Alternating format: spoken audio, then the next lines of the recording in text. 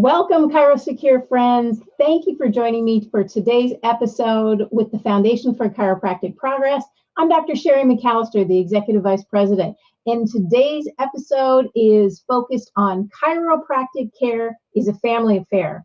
And before we get started, I always want to thank our corporate sponsors. Without them, this type of opportunity to present to the community the benefits of healthcare through chiropractic treatment would not be possible, and ChiroSecure would give you a very big thank you as always. Now, chiropractic is a family affair, and how we're going to promote that in June is we want to be able to reach a variety of audiences.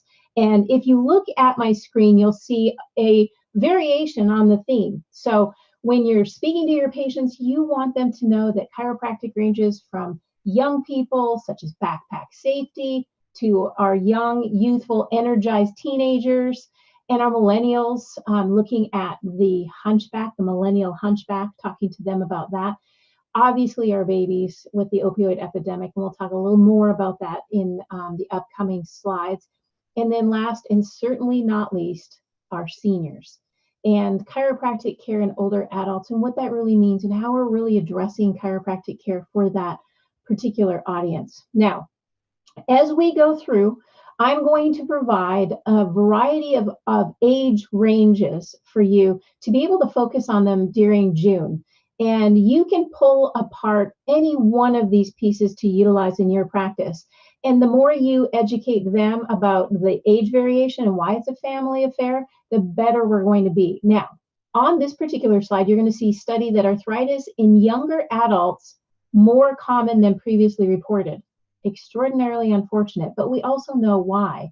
A lot of the times it's related to our postural dysfunction. And when we know, right now, we have a celebration of good posture. And you can take some of our toolkits that we have on the f4cp.org website and utilize them for posture. But during the month of June, I want you to really showcase that American adults age 18 to 64 are significantly experiencing more common chronic joint pain.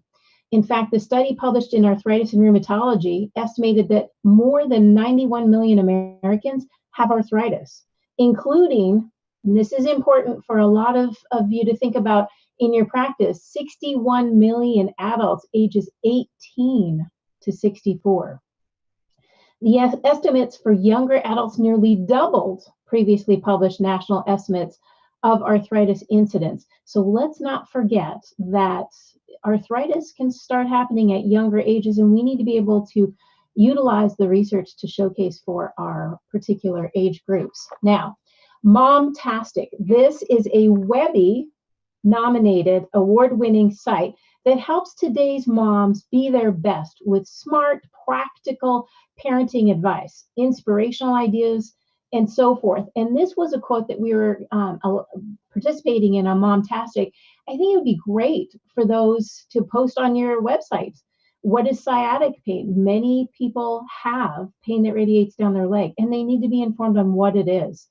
And especially with the American Pregnancy Association talking about the sciatic nerve, I wanted to make sure that the foundation would promote chiropractic as a safe, non-pharmacological option for our mothers that are currently having sciatic pain. So as you can see, it's not uncommon during pregnancy, and you can just grab this, put it on your website. It's a great way to educate those mothers or mothers-to-be about sciatic pain. Now, just jumping back to what kinds of YouTube videos are available for your website or your newsletter, or maybe you want to put them in a PowerPoint presentation. Here's a good one. I'm not going to play it all because I know your time is very valuable and you can choose to watch it at your time. But I want you to see what the foundation is up there. Chiropractic care is a safe and drug-free pain management option.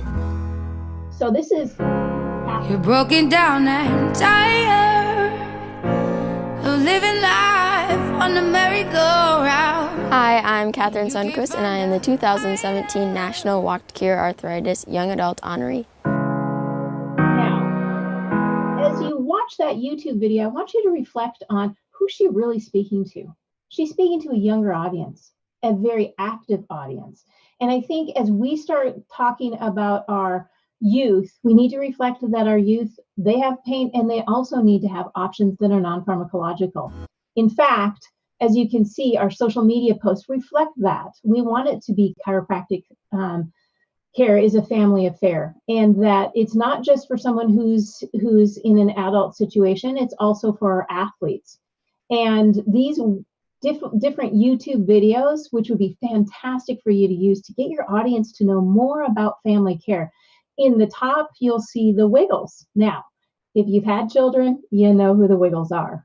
The Wiggles, this particular gentleman did a fabulous, one of our best YouTube videos, and you can showcase this on your website.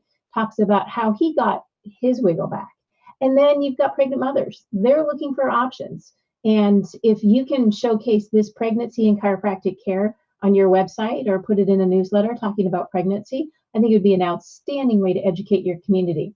Now, back to our audience of athletes. One of the most unfortunate things that we're showcasing is, in fact, that our athletes are turning to painkillers.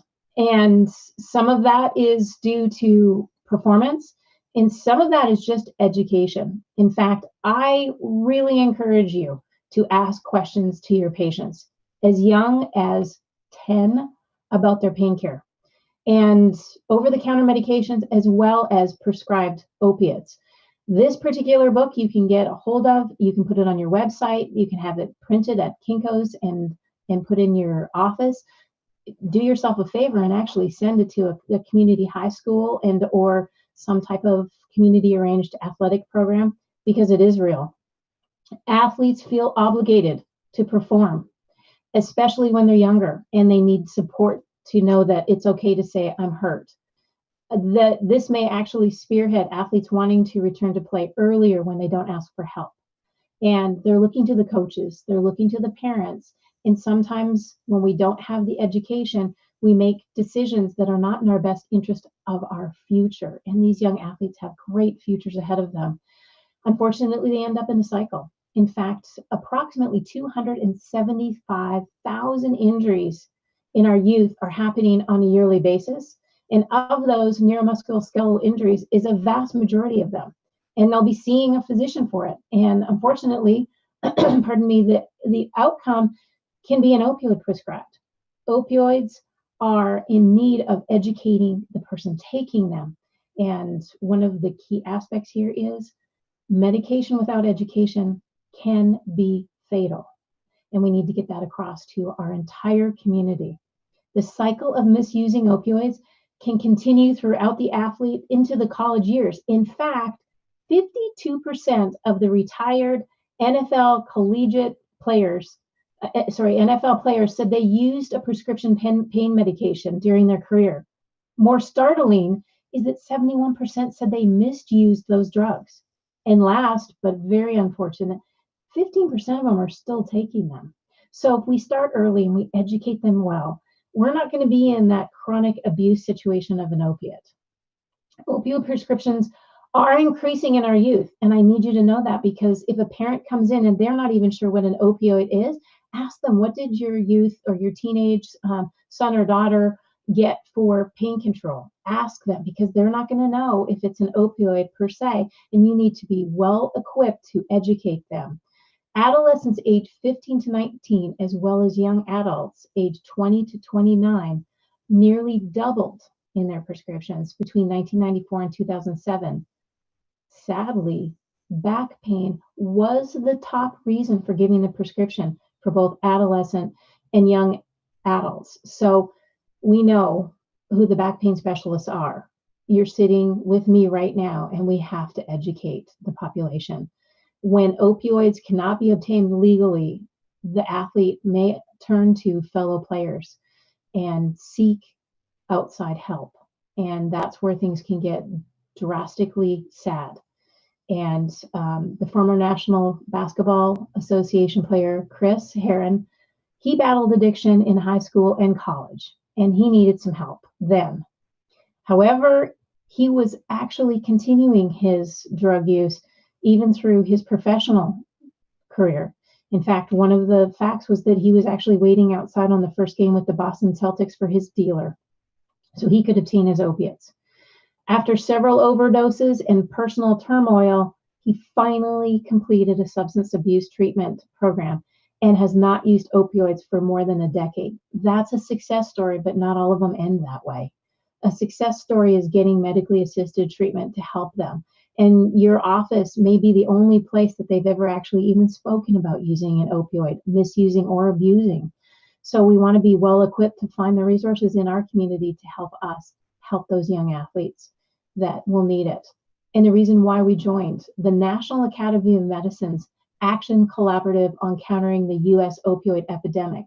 This is a big deal, and it's a big deal because 125 organizations came together, from Ivy League schools to associations, and we're making a commitment with them.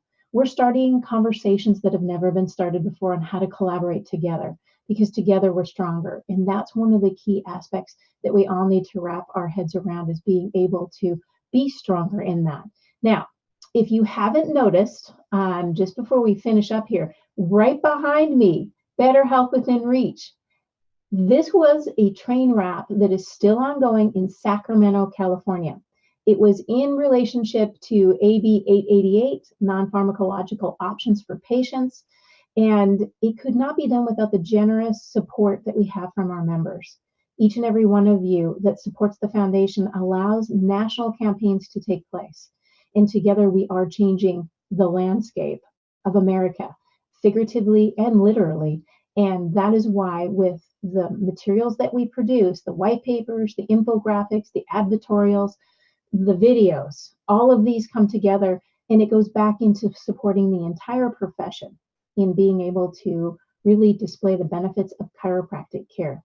I want to thank you for joining me for this episode of Chiropractic is a Family Affair, and I look forward to seeing you next month on ChiroSecure's Facebook Live. Thanks so much for joining. Have a fantastic month.